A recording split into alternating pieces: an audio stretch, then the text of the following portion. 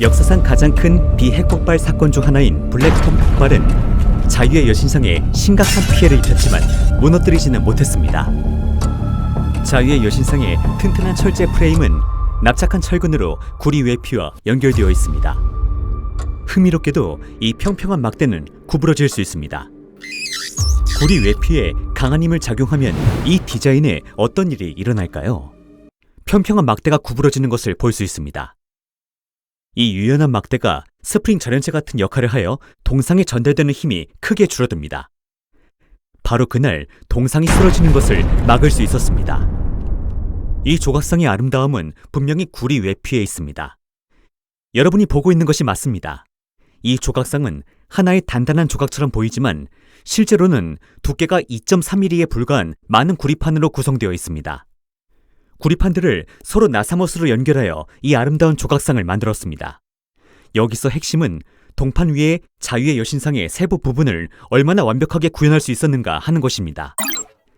약 140년 전에 그들은 거대한 규모로 어떻게 이 모든 미세한 부분까지 조각했을까요? 이 아름다운 동상을 만든 천재는 바로 바르톨디 씨입니다. 이것은 그가 만든 최초의 점토 모형, 4피트 높이의 자유의 여신상입니다.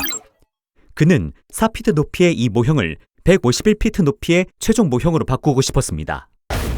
일반적인 펜터그래프 스케일링 기법으로는 이러한 대규모 스케일링 작업에 실패할 것입니다. 대신 바르톨디는 천재적인 방법, 즉 볼록한 선을 그리는 방법을 사용했습니다. 이 스케일링 작업은 3단계로 진행됩니다. 먼저 원래의 점토 모형은 완벽한 간격의 수직선으로 둘러싸여 있었습니다. 두 번째 모델의 수직 구조는 원래의 수직 구조보다 정확히 2배 더 컸습니다. 두 번째 모델은 높이가 거의 8피트에 달했기 때문에 작업자들은 먼저 이를 지지하기 위해 나무 뼈대를 만들어야 했습니다. 코를 확대하려면 코의 몇 가지 주요 지점을 표시하면 됩니다. 이 점에 집중해 보겠습니다. 먼저 평면을 삽입하고 이 지점을 터치해야 했습니다. 이 지점의 Z 좌표 값을 쉽게 측정할 수 있습니다. 이제 두 개의 좌표 측정, 즉 X와 Y가 더 남아 있습니다. 코의 점이 이 두 개의 수직선 사이에 있다는 것이 분명합니다. 이를 통해 X 좌표 값을 쉽게 측정할 수 있었습니다. Y 좌표 값을 측정하는 데에도 동일한 기법을 사용했습니다. 코를 재구성하려면 이러한 점을 많이 표시하고 측정해야 했습니다. 코의 크기를 2배로 늘리려면 이 모든 값에 2를 곱하면 됩니다. 다른 쪽 끝에는 석고로 덮을 나무 골격이 기다리고 있습니다. 작업자들은 석고로 코를 덮기 시작했지만 점의 확대된 측정값을 따라야 했습니다. 데이터 값에 맞춰 석고 작업을 완료하면 코의 크기가 정확하게 조정됩니다.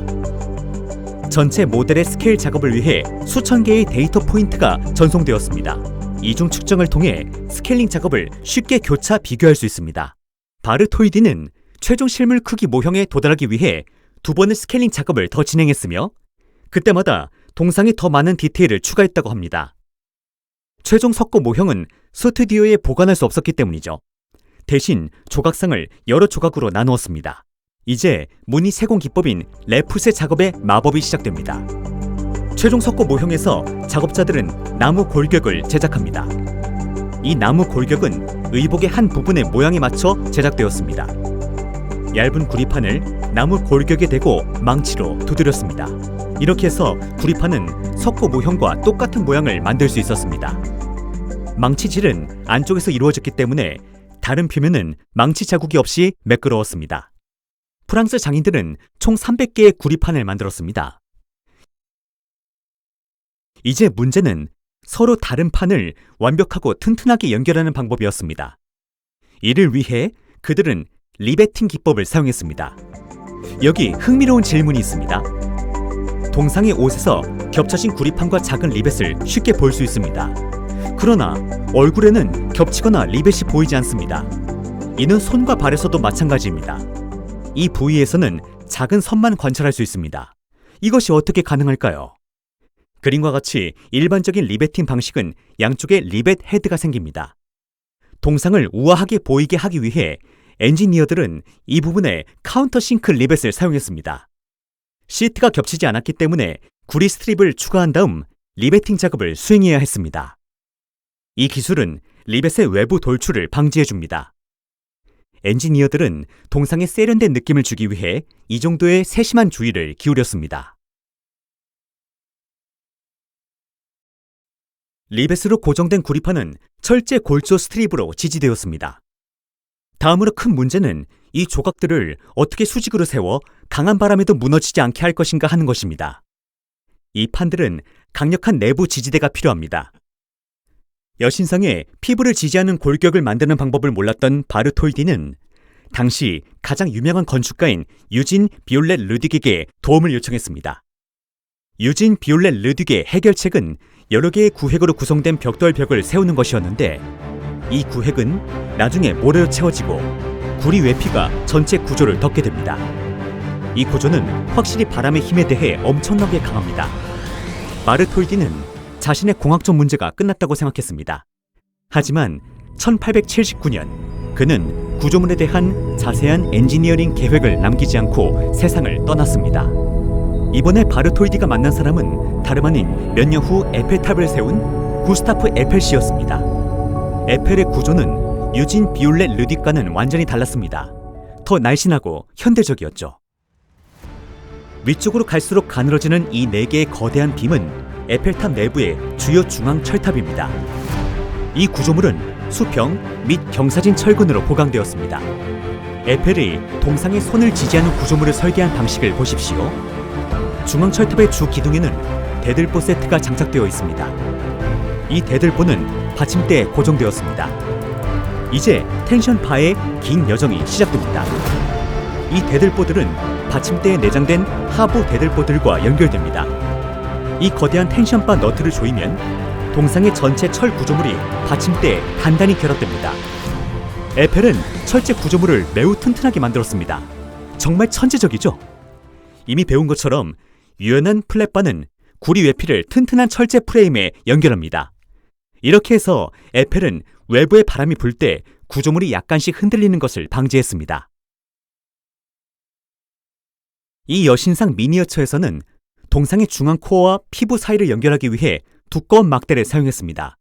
여기에 총알을 쏘면 이 동상은 그냥 쓰러집니다.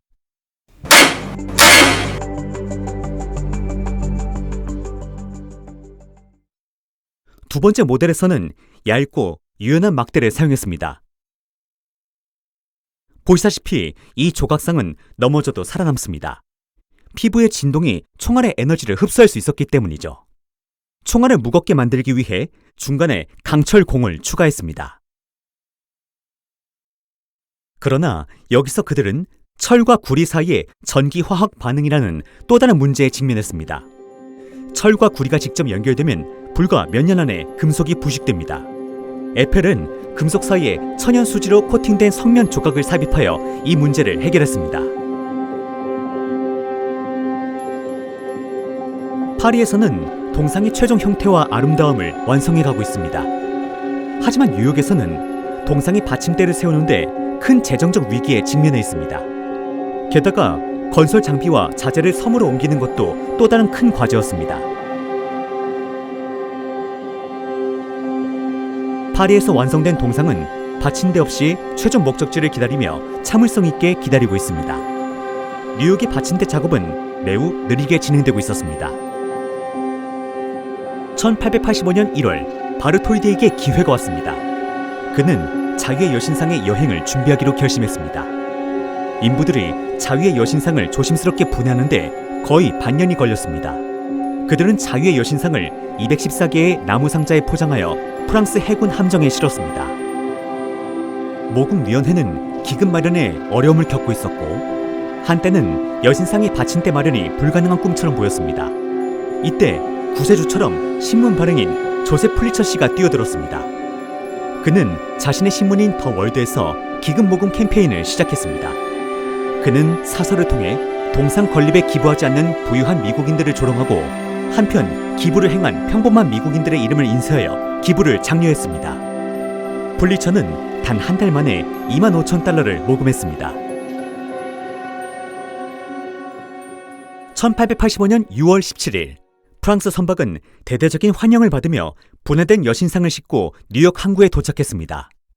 동상을 세울 받침대가 없었기 때문에 상자는 창고에 보관되었습니다.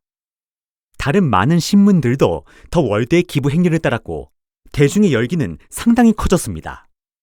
1885년 8월까지 위원회는 10만 달러인 모금 목표를 달성했습니다. 이 잘린 콘크리트 피라미드는 받침대의 바닥입니다. 전체 동상의 무게는 4.5m 깊이의 기초가 지탱합니다. 이 커다란 화강암 블록은 받침대 건설에 사용된 주요 재료였습니다. 무거운 화강암 블록을 바지선과 배를 통해 섬으로 운반하는데 얼마나 많은 노력이 필요했을지 상상할 수 있습니다. 증기기관 기중기들이 자재를 들어올리는데 광범위하게 사용되었습니다. 작업자들은 화강암 블록을 능숙하게 조립하고 콘크리트를 바르기 시작했습니다. 그들은 중앙에 빈 공간을 남겼습니다. 이 빈 공간에는 출입구, 계단, 엘리베이터가 들어설 예정입니다. 6층에는 전망대를 건설했습니다. 받침대가 준비되자 작업자들은 철제 중앙 철탑을 조립하기 시작했습니다. 사실 이것은 재조립 작업이었습니다. 구스타브 에펠은 철골 구조를 올바르게 재조립하기 위해 프랑스에서 완벽한 계획과 사양을 만들었습니다. 이중 나선형 계단 건설을 위한 완벽한 계획도 눈에 띕니다. 그들이 만들고 있는 이 사다리는 동상의 횃불까지 이어집니다. 이 부분은 나중에 다시 살펴보겠습니다. 엔지니어링 팀의 지도 아래 작업자들은 조립 작업을 완벽하게 완료했습니다. 이제 남은 것은 철제 프레임의 유연한 바에 구리 외피를 부착하는 것입니다. 이 작업에는 비계가 더 이상 필요하지 않았습니다. 작업자들은 리베팅 작업 전에 두 판의 구멍을 정렬해야 했습니다.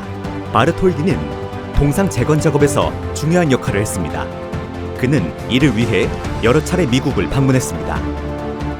1886년 10월 28일, 이 동상은 엄청난 팡파르 속에서 대중에게 공개되었습니다. 동상의 얼굴에는 프랑스 국기가 드리워져 있었고 바르톨디는 국기를 들고 왕관 안에 자리 잡고 있었습니다. 바르톨디가 국기를 내려놓자 동상은 공식적으로 대중에게 헌정되었습니다. 동상의 특징적인 녹색을 구현하는 데는 거의 20년이 걸렸습니다. 사실 녹색은 공기와의 산화 반응에 의해 형성된 녹청이라는 코팅입니다. 이 층은 구리가 더 이상 부식되지 않도록 보호하는 안정적인 층으로 작용합니다. 1984년 복원 작업 중에 당국은 녹슨 내부 골조 발을 교체해야 했지만 구리 외피에 대한 수리 작업은 크게 하지 않아도 되었습니다. 이 복원 작업 중에 당국은 오래된 횃불을 더 세련된 횃불로 교체했습니다. 원래의 횃불은 너무 심하게 손상되어 복원할 수 없었습니다. 바르톨디의 장인들이 얼마나 많은 노력을 기울였는지 알고 싶다면 자위의 여신상이 입은 의상의 세부 사항을 살펴보세요. 장인들이 보시는 것처럼 구리판을 쉽게 연결할 수 있었을 것입니다. 바닥에서 보면 이러한 작업 방식을 결코 알 수 없습니다. 그러나 장인들은 세심하게 천의 양쪽 끝을 모두 제작했는데 이는 내부를 연결하기 어려운 금속 작업임이 분명합니다. 자유의 여신상을 오르는 것은 재미있는 경험입니다. 엘리베이터나 계단을 이용해서 첫 번째 전망대에 도착할 수 있습니다.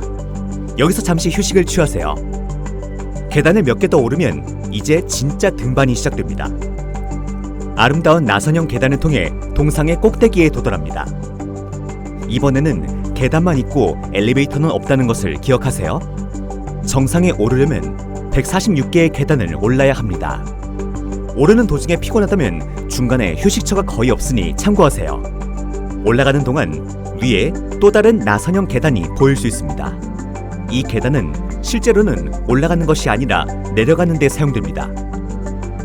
정상에 도착하면 뉴욕 항구의 아름다운 바다 풍경을 감상할 수 있습니다. 이제 동상의 가장 꼭대기 지점인 횃불 갤러리에 도착하는 방법을 살펴볼까요? 1916년 블랙톰 폭발 사건 이후 횃불에 대한 접근은 차단되었습니다. 만약 접근이 차단되지 않았다면 또 다른 멋진 등반과 경치를 즐길 수 있었을 것입니다. 자유의 여신상은 에펠의 훌륭한 설계 덕분에 1954년 지독한 헤이즐 허리케인도 이길 수 있었습니다. 에펠의 분석에 따르면 시속 140km의 속도로 불어닥친 허리케인으로 인해 동상은 4인치, 횃불은 7인치 정도 흔들렸을 것으로 추정됩니다. 1916년 블랙톰 폭발은 동상에 심각한 손상을 입혔습니다. 폭발은 리히터 규모 5.5로 측정되었으며 엄청난 충격파가 발생했습니다. 폭발로 인한 파편은 외피에 심각한 손상을 입혔습니다. 이 사건 당시 동상의 횃불이 계속 켜져 있었다는 점이 흥미롭습니다. 동상의 유리 횃불은 깨졌습니다. 팔과 내부 구조가 심하게 손상되었습니다. 수리 후 당국은 횃불 갤러리를 방문객에게 영구적으로 폐쇄하기로 결정했습니다. 수리된 구조물이 에펠탑의 원래 구조물만큼 튼튼하지 않다고 우려했을 수도 있습니다. 이제 구스타브 에펠의 구조 설계에 공기를 불어넣어 에펠에게 헌정하는 게임을 해보겠습니다.